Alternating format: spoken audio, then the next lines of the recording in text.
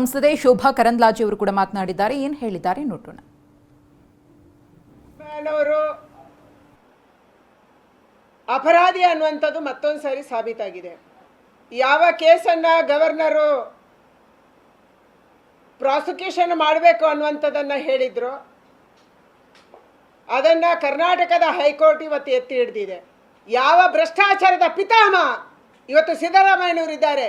2013ರಲ್ಲಿ ನಿಮ್ಮ ಕೇಸನ್ನು ಮುಚ್ಚಿ ಹಾಕೊಳ್ಳೋದಕ್ಕಾಗಿ 25ಕ್ಕಿಂತ ಹೆಚ್ಚು ಕೇಸು ಲೋಕಾಯುಕ್ತದಲ್ಲಿ ನಿಮ್ದಿತ್ತು, ಅದಕ್ಕಾಗಿ ನೀವು ಮುಚ್ಚಿ ಹಾಕಿದ್ರಿ.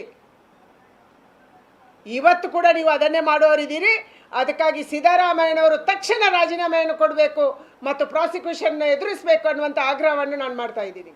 ಸಿದ್ದರಾಮಯ್ಯನವರು ಅಪರಾಧಿ ಅನ್ನುವಂಥದ್ದು ಮತ್ತೊಂದು ಸಾರಿ ಸಾಬೀತಾಗಿದೆ. ಯಾವ ಕೇಸನ್ನು ಗವರ್ನರು